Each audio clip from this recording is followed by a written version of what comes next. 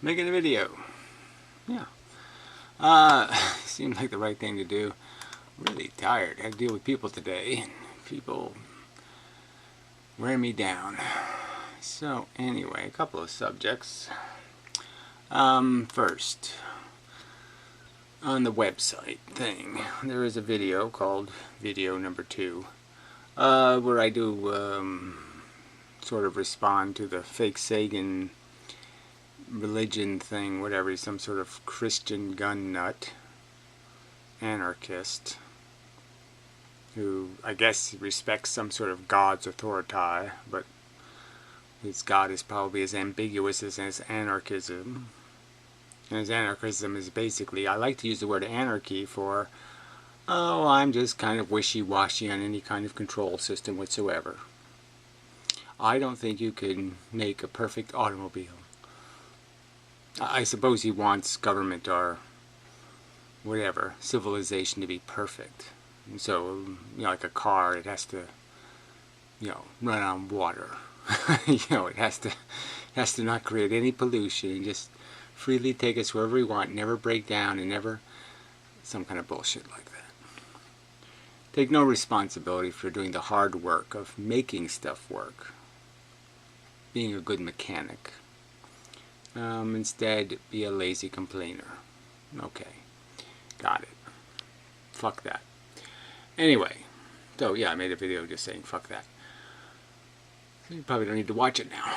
Alright, so anyway, the other thing I was pondering, always pondering the physics stuff, of course. I sort of want to respond to Darwin's hamster. He did a video on legal crap, and this subtle, he described a subtle circumstance where a cop needs to get a blood alcohol level by a blood test, and the doctor won't do it, and he has some lame excuse. The patient looks rowdy or something. I mean, obviously, hospitals restrain patients all the time. They have straps for that and everything. And certainly the cop would have just loved to whack the guy with a stick if that's what the doctor wanted. If the doctor wanted him being calmer, I'm sure the cop wouldn't have minded. So in a way, I would just, well, as a response, I'll do a quick response. I mean, in my opinion, I would just arrest the doctor for obstruction of justice, because it just seems like a lame excuse contrived for some other political purpose. It's a perfectly rational and reasonable expectation that when a patient goes to the hospital, a medical procedure can be performed if the cop needs it performed. And this is a routine procedure, and if the hospital won't perform it, then they can't be a hospital anymore, where patients from crime scenes get taken, because obviously they can't perform these simple duties. So I'd either arrest the hospital or arrest the doctor, but I'm going to charge somebody with obstruction of justice, because it's bullshit. Anyway, it's a perfectly reasonable expectation. You really can't perform at a hospital as a doctor if you can't draw blood when necessary. You're fired. You're not a hospital doctor. Maybe you're a family practice doctor, but you're not a hospital emergency room doctor. Alright, enough of that shit. Separate video. Should have just, well, anyway, I didn't want to make a whole video, so I made that. Anyway, so the thing I want to get to is the economics thing again, too, a little bit of that. I didn't finish the Stefan Molyneux thing on Trump. I got to watch that. But I was thinking the physics thing, because Thunderbutt has made another video somewhere in here, somewhere, right? Where is it? Well, he's always doing this debunking of stuff lately. And I was just, I'd really love for him to debunk my theory. Yeah. Fontas water bottle claims to make water from air. Is it possible? So, I mean, I would, he's always doing these little debunky things. And so I'd love him to debunk a particle theory of energy force transmission, and explain how there really is hard evidence of gravitational lensing and light being bent by gravity. Show us the real hard evidence. and the real hard evidence that time is a dimension and that it bends, and the real hard evidence that photons do anything at all, have any electromagnetic property whatsoever, that they just accelerate electrons. Photons don't have any properties, except they're going this way, whatever way that is. And all their mass is going that way. And they don't do anything else. They're not producing any electromagnetic anything. It's just such a crock of shit. And all they do is accelerate electrons. And it's electrons that produce magnetism and electricity. But anyway, that's a whole other thing. But I'd love him to debunk me. So if somebody knows how to persuade him to do that, I would be most grateful. So anyway. Sorry, all right, so to the economic stuff, but I just wanted to be a clarification. All right, so Puro talked about the bank bailout, and you know the real game that was played in like 2008 was this slimy bond maneuver. Okay, where the federal government put $4 trillion in the reserve accounts for the banks, and the government put the money in. It didn't come from the bankers, so. But technically it's the bankers' money because we put it in to buy our own debt. So we essentially took money that we never even borrowed, but we didn't print it. So that's the key thing. It wasn't printed. It's in vaults. So it wasn't allowed out of the vault. So it's vault cash, which is quite different than out in the world cash. But the point is that it's completely fake money. It wasn't borrowed, and it hasn't been spent in the sense that it hasn't been liberated. It's staying in the reserve accounts. But anyway, the point was we bought our own debt. So it's like we wrote a new credit card, just made one. It just called it reserve card. And we put our old debt on the reserve card. And, you know, okay, so what's the implication? Because it's only debt buying debt, so it's, you know, it's sort of a zero-sum game, except we're paying $70 billion in interest to the bankers, which is only 2% interest, but, you know, it's still 2% is 2%. I don't know why they keep saying it's 0.25%, because, no, $4 trillion, $70 billion, yeah, it's 2%. Anyway, so going a bit further, I think. I mean, maybe I'm just miscalculating that. But it doesn't really matter. It's still a lot of money. $70 billion is a lot of money every year. To be just pissing away to bankers for not doing anything. And they really aren't doing anything. They're, you know, they're buying with reserve notes stuff off the market. So it's non-cash kind of cash. They wrote a check. The check went to another bank. That bank put it in the reserve account. So although the money was in circulation for 45 seconds, it wasn't in circulation like it keeps moving around in people's hands. It went in circulation from the reserve account, bought, and then right back into the reserve account in another bank's name. So it never left the reserve account, technically. I know this is too technical for some of you people, but this was a really slimy maneuver. I mean, this whole idea of buying your own debt is a slimy maneuver. Because it makes sense if you're like, oh, I won the lottery and I'll pay my debt. But there was no lottery won. There was no nothing. We borrowed, again, we didn't borrow the money. We technically just manufactured a fake currency thing, reserve account money, and it never existed before. See, there was like just billions of dollars in the reserve accounts before 2008. The most money that was ever in the reserve accounts was like $40 billion. And after 2008, there hasn't been anything less than $4 trillion. So it's a lot of money. $4 trillion is a lot of money, trust me. I mean, it's a third of our debt. National debt. Or a quarter, anyway. It's a big hunk of money. And so it makes our bonds... See, if we had to sell the bonds, we would have to pay interest because nobody would buy them. So this way, by buying them, we don't have to pay interest on our bonds. See, that's the catch. But the problem is there's going to be no time where the economy is going to be doing so well and America is going to be so strong that it can afford to put on the market twice as much debt. So not only the deficit we're running, whatever that is, plus we have to put these old bonds back on the market to get that reserve money out of those accounts, because technically it's the bank's money. Technically. It's not really their money and they know it. That's why they don't take it out. See, so but the whole media says, oh, why there's all this money for them to loan? How come they're not loaning the money? Because they know it's not their money. They know it's fake money.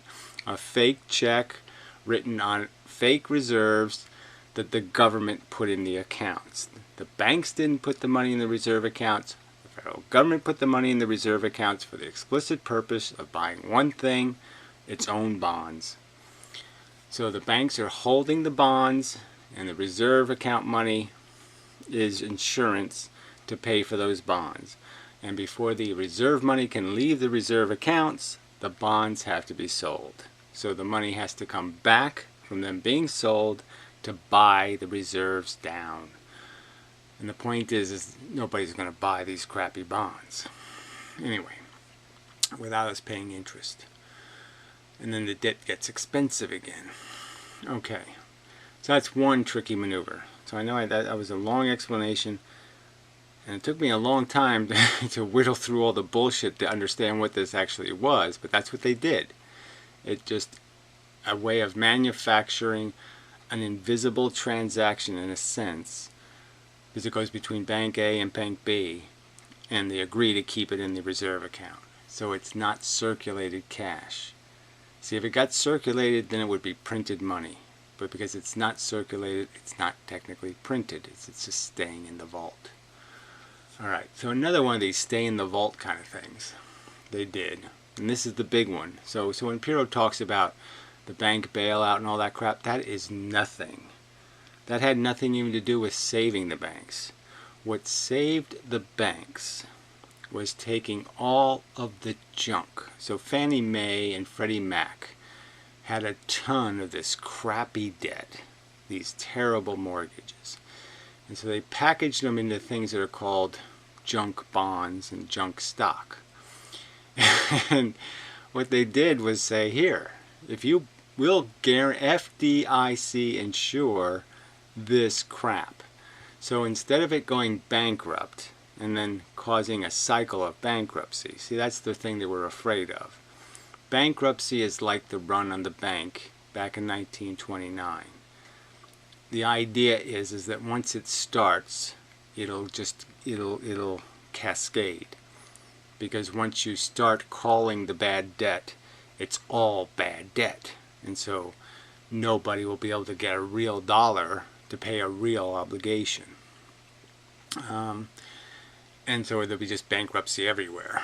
And one bankruptcy will cause the other guy to go bankrupt, and the other guy, and the other guy. And so they had to prevent this junk from going bankrupt, because all the banks would be bankrupt because they owned a big pile of this crap.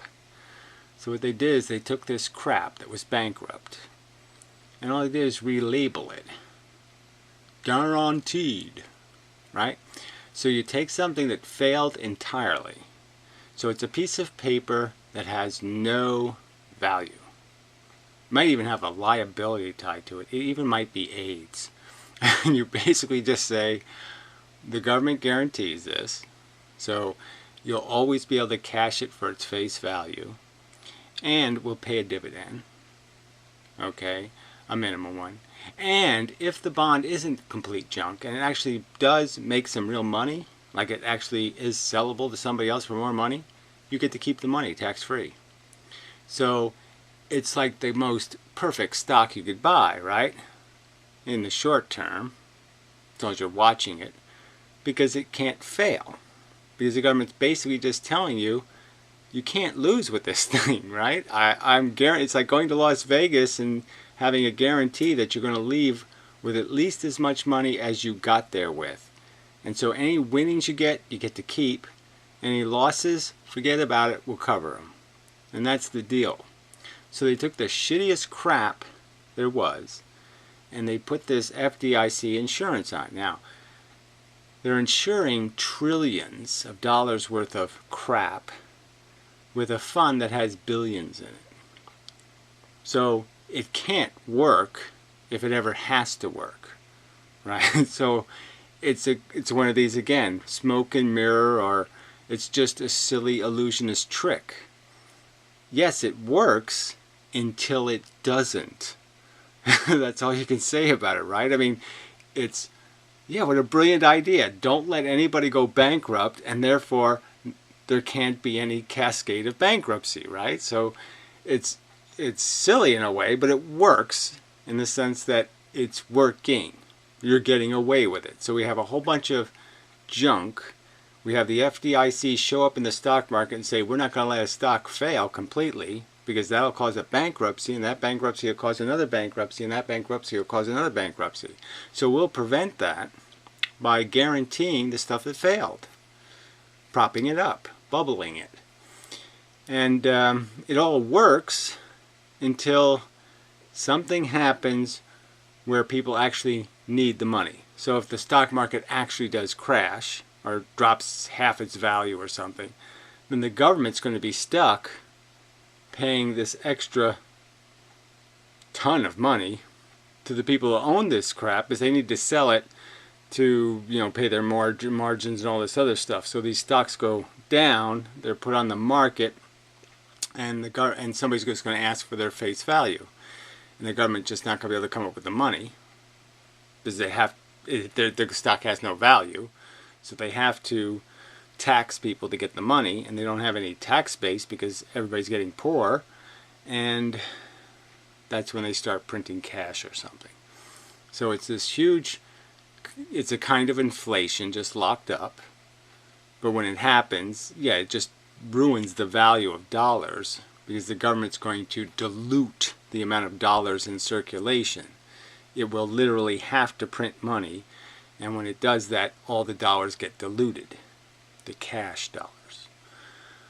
Alright, because all the dollars, you know, are bank digits, and the bank digits are going to multiply, and as they multiply, the exchange rate decreases, and you'll get less for your dollars. So as their dollars decrease in value, your dollar will decrease in value. But you have to understand that that's what saved the banks. That's what saved the stock market, was they basically said, let's take a huge hunk of money that's in the stock market, trillions of dollars, that would have been losses, and just pretend they're not losses. Just make everybody whole who owns that crap. And that's the real bailout.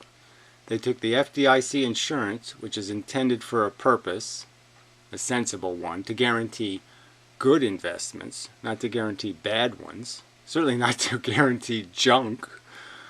And they took an honest tool against runs on the bank, and have just completely broken it. I mean, it has FDIC insurance will not mean anything, because if you get your insurance money, it means the government printed it, and now your dollar's worth half as much, so you certainly lose, right? So how much? You see, the insurance isn't going to be worth anything. If your $500 bill is insured for $500, but inflation was just 500%, now your $500 bill is only worth $200. So when they give you your FDIC insurance of, here, we'll give you your $500, they're really only giving you $200.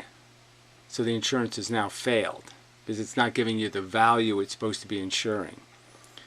And so that's what they've done to FDIC insurance, is they've put it in huge jeopardy of not being able to meet the obligation without completely eviscerating the value of cash, because we just don't have, there's no tax base.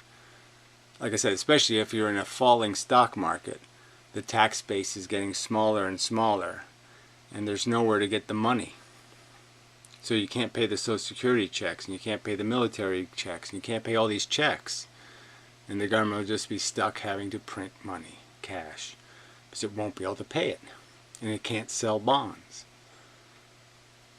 And so that's when all this deflation turns into inflation. But that's the real slimy deal. That's the one nobody talks about. That is the 9 million pound, plague-infested rhinoceros. That is the slimy use of the FDIC insurance to fix all the broken mortgage debt. And that's what they did. And most of what was in Freddie Mac and Fannie Mae was crap. And they made it not crap. And they did it with a fake pyramid scheme of phony insurance. Because when you really need the insurance, it won't be there. So when the hurricane hits, there won't be any money in the fund. It won't be able to cover the obligations. The insurance company will go bankrupt. And everybody's going to be out of luck. So I'm just pointing that out, just so you understand that the slimy deals here are, they're understandable, but they're a little more technically complex than just bailing out. That didn't happen. The bailout was paid back. The thing that really saved the banks was the buying of debt and the conversion of bankrupt stocks into FDIC insured good as gold assets. That was the bullshit. I mean, just completely evil bullshit in a way. It's so anti-capitalism. It's so dishonest to insure junk. It's just completely backwards. The government should be guaranteeing good stuff, not guaranteeing shit. But you can get away with guaranteeing shit as long as nobody opens the bag of shit. As long as it doesn't get forced on the market, as long as the reserve accounts stay in the vault, you can play this lie. But like I say, as soon as there's a little cascade, it just means what it all comes down to is that they just set the system up to do a 1929. That once the failure starts, there'll be no way to stop it. So instead of having a problem that might be, something that might crash slowly and that you might be able to do something over a decade to fix it, this will be the kind of crash where it's going to be hard and fast and ruinous. The parts are going to scatter all over the place and the chaos is going to be intense. So anyway, 29 kind of failure. It's going to get really, really ugly because everybody will be broke. Alright, anyway, that's enough. Yeah, so I don't know if there's anything else I need to fiddle with. Fake Sagan video on the website. Yeah, it's nice seeing Joe, Darwin's hamster, even though he's, obnoxious towards me. Nice to be able to provoke Thunderfoot into a discussion of why Einstein was basically full of shit. And yeah, Effel's movie, fanned it, or mostly final version, probably, maybe, possibly the final version. Yeah, I've just gotten so familiar with it that it all has, I'm just attached to it now, so I can't even be a fair judge. So, I don't know if there's anything else that's news. I mean, important, must say something, news. So yeah, I gotta finish that stuff on Mollyhue Trumpy thing, and then, I'll work on some other stuff. I gotta do physics videos, of course, and I gotta do lots of stuff. I know there was something else I had to say, and I just... But I have a what the fuck tomorrow, right? So I can always throw something in there. But I'll probably be in a lousy mood and just go, who cares? Life sucks. Everybody's an asshole. Yeah, I'll probably do that. Yeah. It's been raining and cold here forever. Tomorrow might be okay in the afternoon. Monday might be actually sunny. One day out of 10. This has been killing my plants. This freaking no sun. Anyway, I wonder if this is still recording. Looks like it. Okay, camera's getting kind of warm. I mean, the camera is buggy, so I gotta watch it. Well, I gotta be paranoid. I can't really watch it because when I'm videoing, I can't see the back of it. So anyway, till the next time and such.